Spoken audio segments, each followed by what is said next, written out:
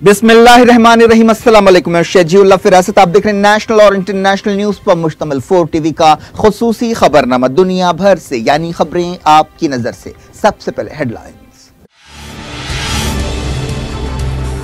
Syria को अरब league में शामिल करने पर इख्तिलाफात। कई अरब लीडर्स बेरूत मौशी कॉन्फ्रेंस में हिस्सा नहीं लेंगे।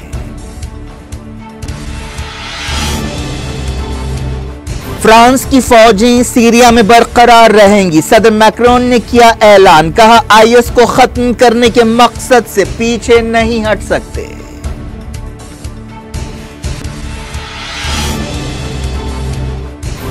सूडान में हुकूमत के खिलाफ मुजाहिरे जारी, एहतजाजियों पर पुलिस की फायरिंग।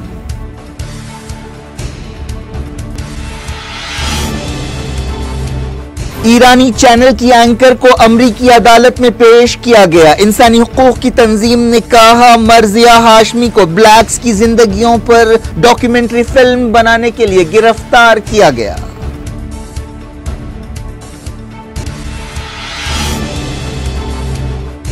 लोकसभा इलेक्शंस के शेड्यूल का मार्च के पहले हफ्ते में ऐलान किया जाएगा।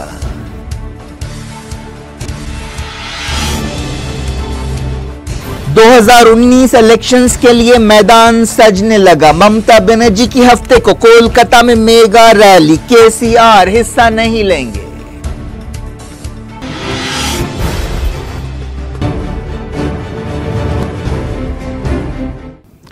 हेडलाइंस आपने देखी, अब खबरों की तफसील की तरफ आपको ले चलते हैं। शुरुआत करते हैं मिडल ईस्ट से। लेबनान में अरब मुल्कों की एक मौशी कॉन्फ्रेंस से पहले सीरिया के मुस्तकबिल और ईरान से निपटने के बारे में इख्तिलाफात खुलकर सामने आ गए हैं। कई अरब लीडर्स ने इस मसले पर इस कॉन्फ्रेंस का बॉयकॉट करने का ऐलान किया है। हालांकि उन्होंने पहले बेरूत में होने वाली इस Arab economic and social development summit में हिस्सा लेने की हामी भरी थी। अब बताया जाता है कि कतर और कुवैत के अमीर कॉन्फ्रेंस में हिस्सा नहीं लेंगे। इजिप्ट भी अपने सदर अब्दुल फतेह अल सीसी के बजाय वजीर आजम को भेज रहा है। फलस्तीनी अथॉरिटी के सदर महमूद अब्बास ने भी कहा है कि वो न्यूयॉर्क में रहेंगे। ये फैसले ईरान और उसकी इत्तेहादी हिजबुल्लाह के लिए एक पैगाम है जो लेबनान में काफी असर रखती है और सीरिया की हुकूमत की तायद करती रही है। हिजबुल्लाह का कहना था कि इस कॉन्फ्रेंस के लिए सीरिया के नुमाइंदों को भी बुलाया जाए, लेकिन लेबनान की हुकूमत ने कहा था कि यह कॉन्फ्रेंस बेरूत में जरूर हो रही है, लेकिन इसका एहतमाम अरब लीग की तरफ से किया जा रहा है। ईरान के इत्तेहादी चाहते थे कि सीरिया के सदर बशार अल असद को अरब लीग में लाने के लिए इस मीटिंग को एक फोरम के तौर पर इस्तेमाल किया जाए, लेकिन अरब लीग के ओहदेदारों ने कहा है कि सीरिया का मुस्तकबिल इस कॉन्फ्रेंस के एजेंडे में शामिल नहीं हो सकता। अरब लीग के असिस्टेंट सेक्रेटरी जनरल हुसाम जकी ने बताया कि ट्यूनिस में होने वाली छोटी कॉन्फ्रेंस के लिए सीरिया को बुलाने के बारे में इस समिट में गौर नहीं किया जा सकता। अरब लीग ने 2011 में सीरिया को अरब बहार के शुरू के दिनों में सस्पेंड कर दिया था और सीरिया पर पाबंदियां लगाई थी। इसके अलावा कई अरब मुल्कों ने सीरिया में बशार अल असद के मुखालिफ बागियों की मदद की थी। हालिया अरसे में ऐसे इशारे मिले थे कि बाज़ मुल्क सीरिया के साथ ताल्लुकात बहाल करना चाहते हैं। पिछले साल के आखिरी दिनों में सूडान के सदर उमर अल बशीर ने सीरिया का दौरा किया था और बशार अल असद से दमिश्क में मुलाकात की थी। इसके बाद UAE और बहरीन ने दमिश्क में अपने सफारत खाने खोल दिए, लेकिन अभी अरब मुल्कों में इस ताल्लुक से एक राय नहीं बन पा रही है। इराक ने कहा है कि वो सीरिया को फिर से अरब लीग में शामिल करने की कोशिशों की तायद करता है। इराक ने दमिश्क के साथ अपने ताल्लुकात उन दिनों भी नहीं तोड़े थे। दूसरी तरफ सीरियन अपोजिशन के हामी कतर ने कहा है कि जिन वजूहात की बिना पर सीरिया को अरब लीग से निकाला गया था, उन वजूहात को अब तक हल नहीं किया जा सका है। सऊदी अरब ने भी इन खबरों को गलत बताया कि वो UAE और बहरीन की तरह सीरिया के साथ ताल्लुकात बहाल करने वाला है। 7 साल तक लड़ी जाने वाली सीरिया जंग में सदर बशार अल असद की फौजों ने अपने इत्तेहादियों ईरान, हिजबुल्लाह और रशिया की मदद से फैसला कुन कामयाबी हासिल की है। इस महीने के शुरू में अरब लीग में दमिश्क को शामिल करने के बारे में बातचीत होने वाली थी, लेकिन अरब लीग की इस मीटिंग को मुलतवी कर दिया गया। इंसानी हकूक के कारकुनों के हवाले से एक रिपोर्ट में इल्जाम लगाया गया है कि यमन के अल-हुसी कई औरतों को इल्जाम लगाए बगैर या मुकदमा चलाए बगैर जेल में रख रहे हैं और उन्हें टॉर्चर भी कर रहे हैं। Organization for combating human trafficking ने यह इल्जाम लगाया। इस तंजीम के बानी नबील फाजिल ने कहा कि उन्हें मुतासरा औरतों के खानदानों से शिकायतें मिली हैं। एक खबर में कहा गया कि अल-हुसियों का एक साबिक एयरफोर्स कमांडर अरब इत्तेहाद के ऑपरेशन में हलाक हो गया। ये कार्रवाई सना में की गई। बताया गया कि मेजर जनरल इब्राहिम अल शामी अजीबोगरीब हालात में हलाक हुए। अरब इत्तेहाद की वांटेड लिस्ट में वो 19वें नंबर पर थे। अलहूसी अहदेदारों ने यूनाइटेड नेशन के मिशन पर तनकीद की है। अलहूसियों की सुप्रीम रेवोल्यूशनरी कमेटी के चीफ मोहम्मद अली अलहूसी ने कहा कि यूएन मिशन हुदैदा समझौते का साथ देने में नाकाम रहा है। हुदैदा के बारे में एक सीज फायर हुआ था, लेकिन उस पर मुनासिब ढंग से अमल नहीं हो रहा है और दोनों तरफ से जंगबंदी की खिलाफ वर्जियां की गई हैं। अमेरिका में गिरफ्तार ईरानी एंकर मर्जिया हाशमी को वाशिंगटन की एक अदालत में पेश किया गया। उन्हें इतवार को FBI ने हिरासत में लिया था। एक रिपोर्ट में कहा गया कि 59 साल अमरीकी शहरी मर्जिया हाशमी को एक क्रिमिनल केस में गवाह के तौर पर हिरासत में लिया गया है। इस बारे में और तफसीलात सामने नहीं आई हैं। अमेरिका में इजहार ख्याल की आज़ादी और अदब या लिटरेचर को बढ़ावा देने के लिए काम करने वाली एक तंजीम की रुकन सुजान मौजल ने कहा कि उन्हें डर है कि मर्जिया हाशमी को उनकी एक डॉक्यूमेंट्री के लिए निशाना बनाया जा रहा है, जो वो अमेरिका में काले लोगों की जिंदगियों के बारे में बना रही हैं। फ्रांस के सदर इमैनुअल मैक्रोन ने कहा है कि उनकी फौज सीरिया में बरकरार रहेगी। हालांकि अमेरिका ने अपने सिपाहियों को वापस बुलाने का ऐलान किया है। एक फौजी अड्डे पर सिपाहियों से खिताब करते हुए उन्होंने कहा कि सीरिया में लड़ाई अभी खत्म नहीं हुई है और फौजों को वापस बुलाने में जल्दी करना गलती होगी। उन्होंने सिपाहियों को वापस बुलाने के ऐलान पर अमेरिका के सदर डोनाल्ड ट्रंप पर तनकीद की। सदर मैक्रोन ने कहा कि हमारे अमेरिकी दोस्तों की तरफ से पीछे हटने के ऐलान से हम ISIS को खत्म करने के अपने मकसद से पीछे नहीं हट सकते। सीरिया के मनबिश टाउन में एक धमाके में हलाक 4 अमरीकियों में से 3 की पहचान कर ली गई है। अमेरिका के डिफेंस डिपार्टमेंट ने यह बात बताई। एक सिपाही की पहचान अब तक नहीं की गई।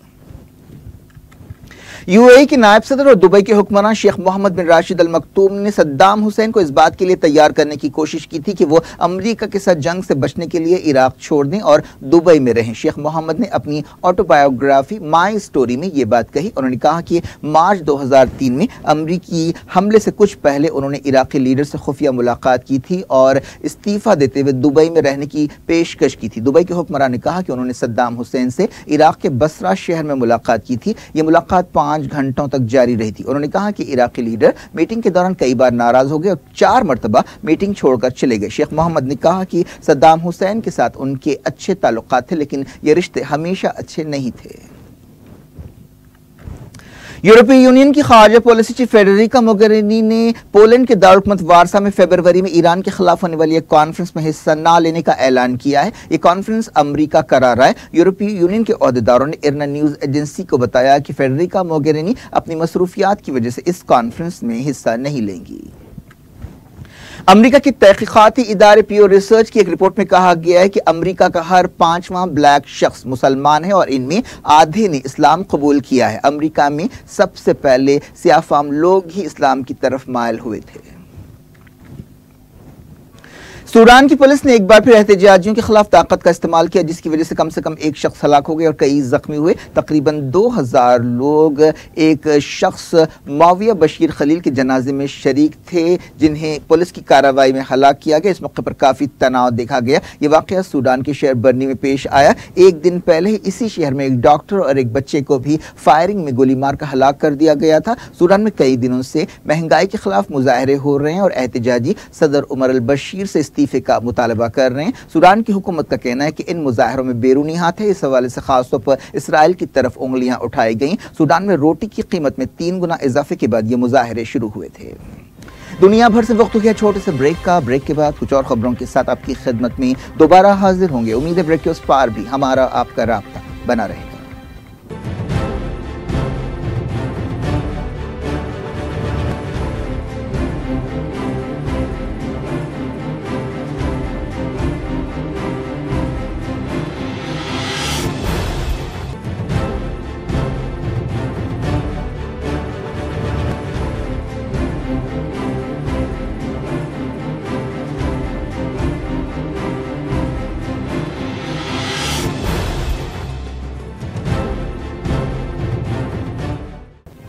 Welcome back. आप देख रहे हैं अपना पसंदीदा खबरनामा दुनिया भर से और मैं हूं शजीउल्लाह फिरासत। इस खबरनामे में हम आपके लिए लाते हैं दुनिया की गोशे गोशे से आप ही की पसंद और दिलचस्पी की खबरें। आगे बढ़ने से पहले हेडलाइंस एक बार फिर।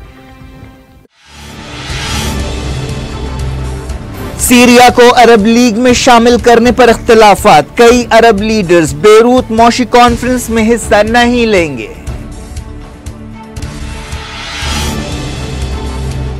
फ्रांस की फौजें सीरिया में बरकरार रहेंगी। सदर मैक्रोन ने किया ऐलान, कहा IS को खत्म करने के मकसद से पीछे नहीं हट सकते।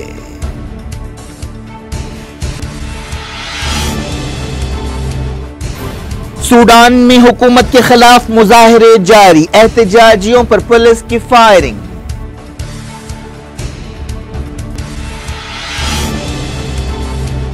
ईरानी चैनल की एंकर को अमरीकी अदालत में पेश किया गया। इंसानी हुकूक की तंजीम ने कहा मर्जिया हाशमी को ब्लैक्स की जिंदगियों पर डॉक्यूमेंट्री फिल्म बनाने के लिए गिरफ्तार किया गया।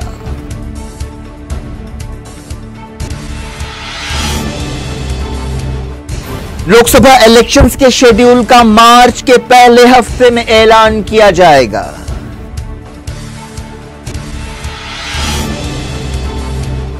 दो 2019 इलेक्शंस के लिए मैदान सजने लगा। ममता बनर्जी की हफ्ते को कोलकाता में मेगा रैली, केसीआर हिस्सा नहीं लेंगे।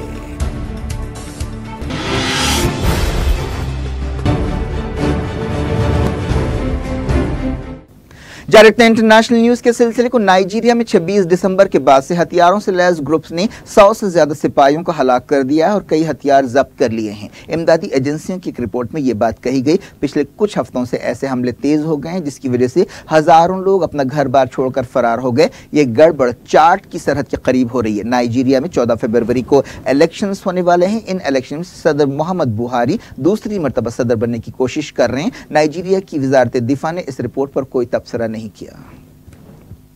अल्जीरिया में सदारती इलेक्शंस 18 अप्रैल को होंगे। इस बात का बाकायदा ऐलान किया गया। यह बात साफ नहीं है कि क्या 81 साल सदर अब्दुल अजीज बोतफलिका इलेक्शन लड़ेंगे जो 1999 से सदर हैं।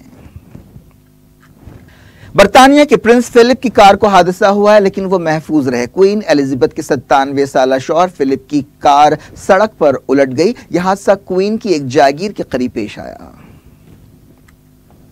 अफ्रीका के मुल्क कोलंबिया में एक पुलिस एकेडमी के सामने कार बम धमाका हुआ जिसमें 21 लोग हलाक हो गए। यह हमला दारुल हुकूमत बोगोटा में हुआ। 68 पुलिस वाले जख्मी भी हुए। यह 16 साल के अरसे में इस तरह का सबसे बदतरीन वाकया है। कोलंबिया की हुकूमत ने 3 दिन के शोक का ऐलान किया है। वजारत दिफा ने इसे दहशतगर्द कार्रवाई करार दिया है जिसके लिए 80 किलो बारूद का इस्तेमाल किया गया।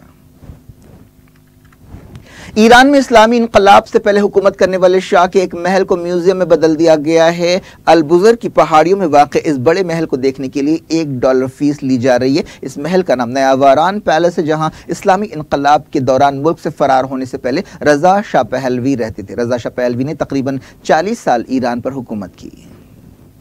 मीडिया की खबरों में कहा गया है कि 2019 के लोकसभा इलेक्शंस के शेड्यूल का ऐलान मार्च के पहले हफ्ते में किया जाएगा। मौजूदा लोकसभा की मियाद 3 जून को खत्म होने वाली है। न्यूज एजेंसी पीटीआई ने अहदेदारों के हवाले से कहा कि इलेक्शन कमीशन इस बारे में गौर कर रहा है कि कितने मरहलों और कितने महीनों के दौरान इलेक्शन कराए जाएं। अहदेदारों के मुताबिक ये फैसला सिक्योरिटी फोर्सेस की दस्तियाबी और जरूरत के मद्देनजर किया जाएगा। इस बात का भी इम्कान है कि इलेक्शन कमीशन लोकसभा चुनाव के साथ साथ आंध्र प्रदेश, उड़ीसा, अरुणाचल प्रदेश और सिक्किम के असेंबली चुनाव कराएगा। जम्मू कश्मीर के असेंबली इलेक्शंस भी मई 2019 से पहले होने वाले हैं। इलेक्शन कमीशन जम्मू कश्मीर में इलेक्शन लोकसभा इलेक्शन के साथ कराने पर गौर कर सकता है लेकिन इसका दारोमदार रियासत की सिक्योरिटी सूरत हाल पर है। लोकसभा इलेक्शन से पहले मैदान सजने लगा है। तेलंगाना के चीफ मिनिस्टर के चंद्रशेखर राव ने हफ्ते को कोलकाता में चीफ मिनिस्टर बंगाल ममता बनर्जी की मेगा रैली में हिस्सा न लेने का ऐलान किया है। टीआरएस सदर ने तृणमूल कांग्रेस की लीडर से बातचीत करते हुए कहा कि उनकी पार्टी इस रैली का हिस्सा नहीं बनेगी जिसमें कांग्रेस और दूसरी कई पार्टियों के लीडर्स हिस्सा लेने वाले हैं। चंद्रशेखर राव ने ममता बनर्जी से कहा कि चूंकि कांग्रेस भी इस मीटिंग में आने वाली है इसीलिए टीआरएस इससे दूर रहेगी। इसके अलावा तेलंगाना असेंबली का सेशन भी जारी है। हफ्ते को असेंबली में गवर्नर का खिताब होने वाला है। चंद्रशेखर राव ने फेडरल फ्रंट का ख्याल पेश किया जिसके तहत वो गैर कांग्रेस गैर बीजेपी जमातों को जमा करना चाहते हैं। दूसरी तरफ ममता बनर्जी भी एक गैर बीजेपी इत्तेहाद बनाने की कोशिश में है और उन्हें कांग्रेस को शामिल करने पर कोई एतराज नहीं है। सदर कांग्रेस राहुल गांधी ने ममता बनर्जी की तायीद की है और कहा कि इस रैली के जरिए मुत्तहिदा हिंदुस्तान का एक ताकतवर पैगाम जाएगा। इम्कान है कि राहुल गांधी इस रैली में हिस्सा नहीं लेंगे लेकिन उनकी तरफ से लोकसभा में कांग्रेस के लीडर ऑफ अपोजिशन मल्लिकार्जुन खड़गे उनकी जगह मेगा रैली में शिरकत करेंगे। राहुल गांधी ने कहा कि बंगाल के अजीम लोग हमारे नजरियात को बचाने में आगे आगे रहे हैं। आरएसएस लीडर भैयाजी जोशी ने कहा कि राम मंदिर की तामीर 2025 तक होगी। उन्होंने ये बात एक ऐसे वक्त कही है जब मुल्क में लोकसभा इलेक्शंस करीब हैं और कई हिंदू तंजीमों की तरफ से मुतालबे किए जा रहे हैं कि जल्द से जल्द राम मंदिर बनाया जाए और उसके लिए जरूरत पड़ने पर ऑर्डिनेंस लाया जाए या कानून बनाया जाए। बाबरी मस्जिद मिल्कियत मुकदमा सुप्रीम कोर्ट में चल रहा है। ऐसे में हुकूमत का कहना है कि वो अदालत के फैसले का इंतजार करेगी। इस तरह के किसी भी फैसले के लिए मोदी हुकूमत को राज्यसभा में अक्सरियत हासिल नहीं है कि वो कानून बनाए या फिर ऑर्डिनेंस की ताईद हासिल करे। मुस्लिम पर्सनल लॉ बोर्ड के रुकन जफरयाब जिलानी ने कहा है कि अदालत ही अयोध्या मसले का फैसला कर सकती है। क्या कुछ हो रहा है आपकी दुनिया में, आखिर में हेडलाइंस दुनिया भर से एक बार फिर देखते हैं। सीरिया को अरब लीग में शामिल करने पर इख्तिलाफात, कई अरब लीडर्स बेरूत मौशी कॉन्फ्रेंस में हिस्सा नहीं लेंगे।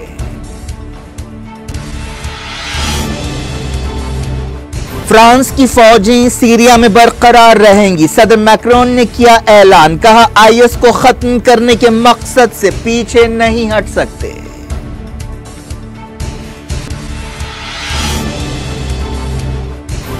सूडान में हुकूमत के खिलाफ मुजाहिरे जारी, एहतजाजियों पर पुलिस की फायरिंग।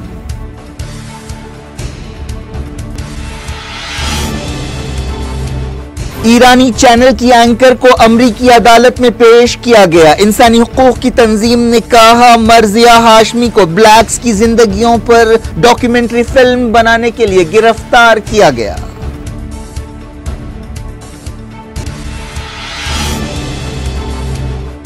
लोकसभा इलेक्शंस के शेड्यूल का मार्च के पहले हफ्ते में ऐलान किया जाएगा।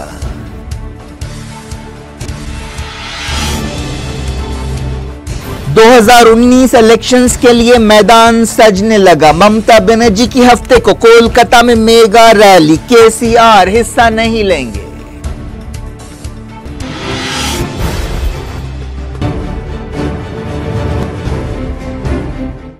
ये थी आज की खबरें। अब शेड्यूल अफरासित को दें इजाजत और अपना बेहद ख्याल रखें। अल्लाह हाफिज।